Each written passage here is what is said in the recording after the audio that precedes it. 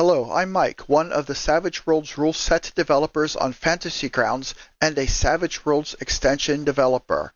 With the August 26, 2025 release, Savage Worlds gained new custom dice skin features. This is similar to what D&D 5e has, but tailored to Savage Worlds and with more features. In this video, I'll go over how to set up custom dice skins for damage types. The Savage Worlds rule set comes with dice skin presets for damage types. Pathfinder for Savage Worlds has a different set of presets. Settings and extensions can adjust these presets, as can modules. So the exact list of presets depends on what you have loaded for your campaign. In this demo, I have the base Savage Worlds presets, plus the Science Fiction Companion extension, plus presets from my own setting extension. Your list will be a little different than mine. Whatever presets you have, you can adjust them to suit your campaign and taste. These settings live under Dice, Damage Dice. The preset skins have a default skin, which will be used by default. Each damage type also has a raise dice skin, which you can see by clicking the minus symbol. The raise also has a default skin. Preset damage dice skins have the prefix damage, followed by a subtype, usually physical or energy, then the damage keyword. The keyword, or name, is the important bit. Damage skins you create will have the damage prefix followed by the keyword you add. Don't add the damage or subtype keywords. It may look more tidy, but it won't match on damage keywords and won't use the skin you want. There's a way to add these prefixes, but it involves creating an extension. I created a video about that for those brave enough to deal with XML and JSON. Before we get into dropping dice skins everywhere, we need to understand damage keywords. All attacks have a keywords field. Attacks include weapons and powers. This keywords field is specific to that instance of the attack. Each time you add a weapon or power to a character sheet, it creates a copy of that attack which is unique to that character sheet. That's an instance of an attack. When you set the keyword on an attack on one character, it won't change the keyword on a different character. It also won't change the keyword on another attack on the same character, even if the attack has the same name. That allows you to add bolt twice to a character and name one firebolt with the fire keyword and the other frostbolt with the cold keyword. Each will roll a different damage dice. You could have a character with a different bolt attack for every damage type on the damage dice list if you wanted, and each would use a different damage dice skin. The keyword of an attack will match on the damage type keyword/name. For example, if you add fire to your firebolt power, it will match the dice skin named Damage Energy Fire. Capitalization doesn't matter, but spelling does. Matches are made on individual whole words, so don't use spaces in keywords in attacks or damage dice.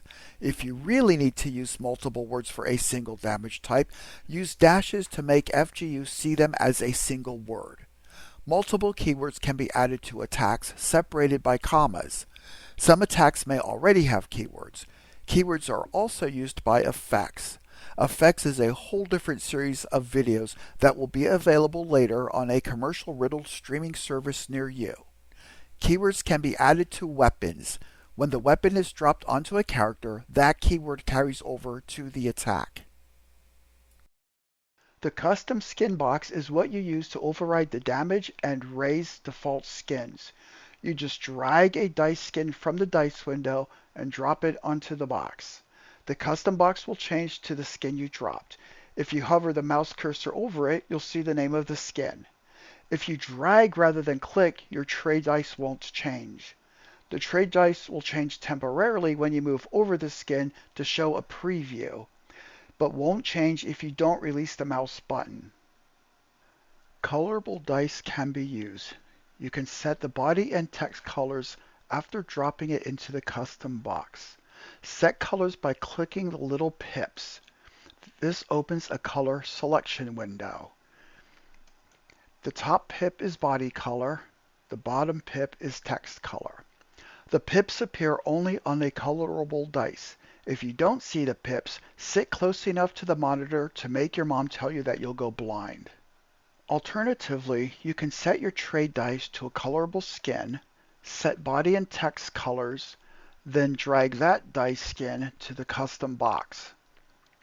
The downside is it changes your trade dice. The upside is you can see the color pips.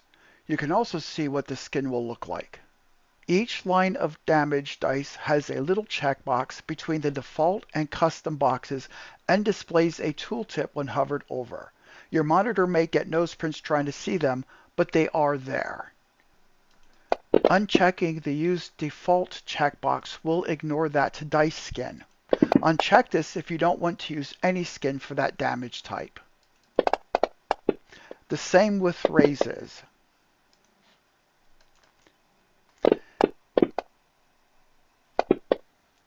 If the raise is unchecked, it will use the same dice skin as the damage keyword it's linked to.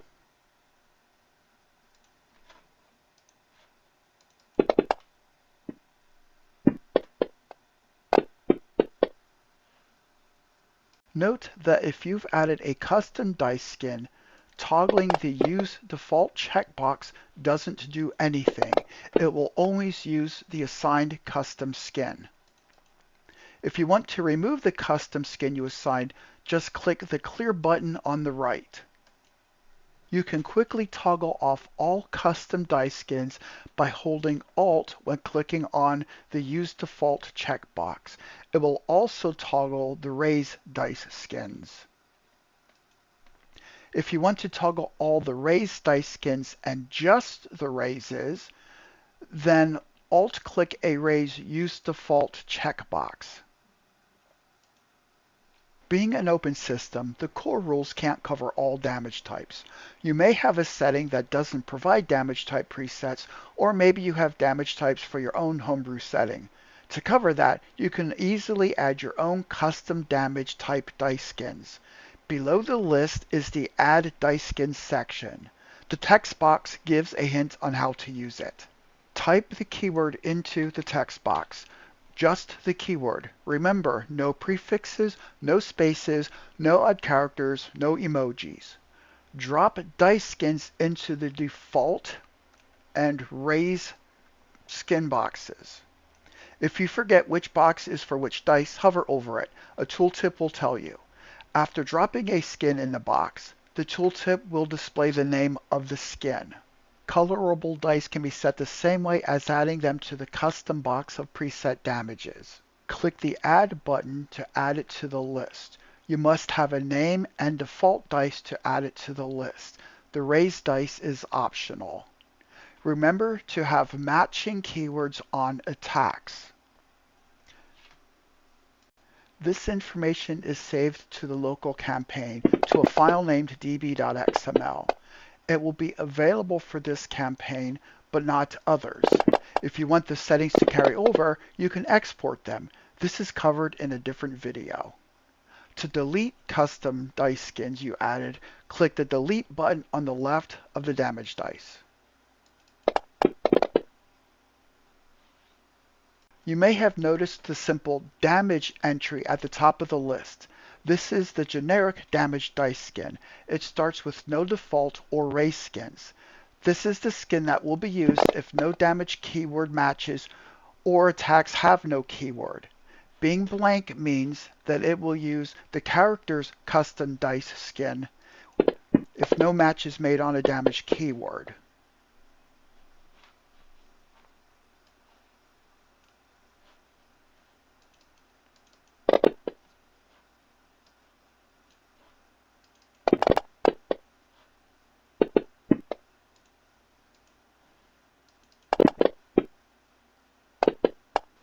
There's an order of precedence the app follows to determine which dice skin to use for damage rolls.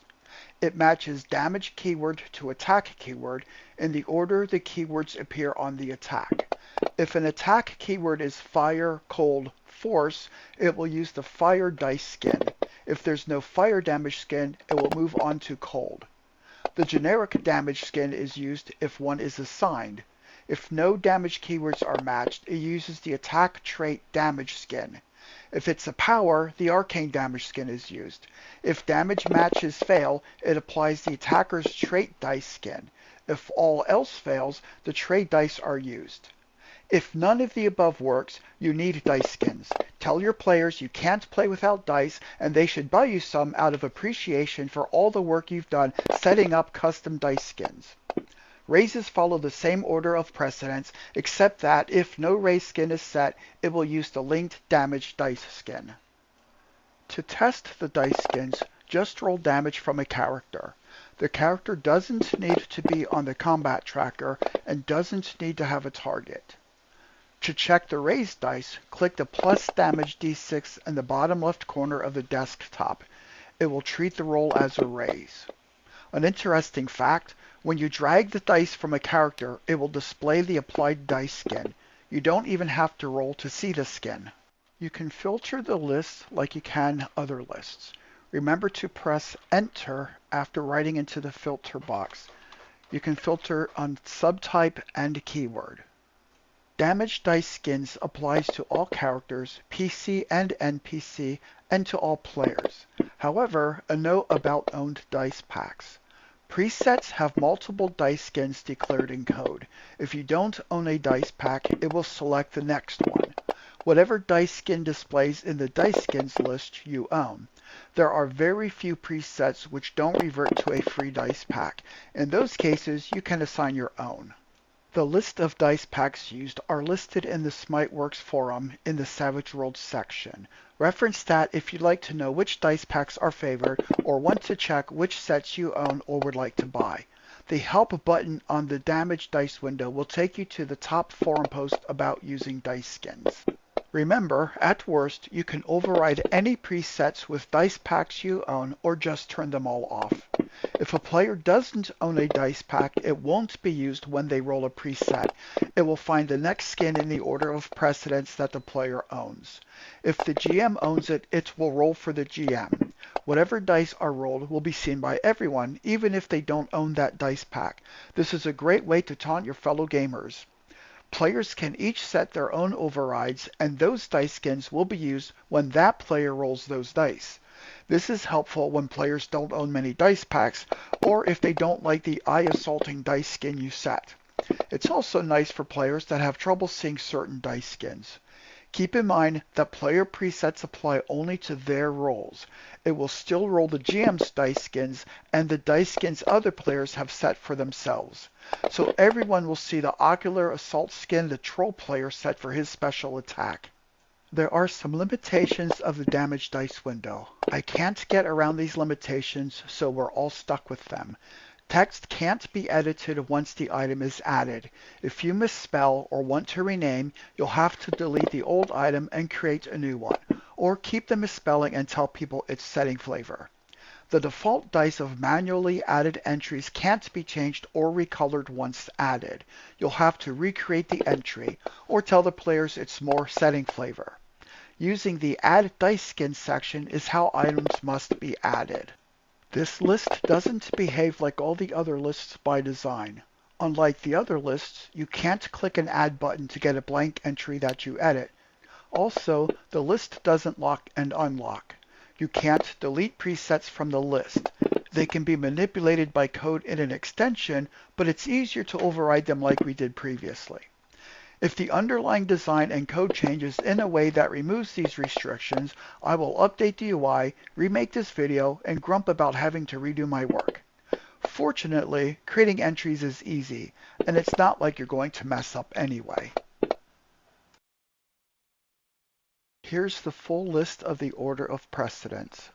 Thanks for watching, and enjoy using your cool dice packs. May your raises count and your snake eyes count even more.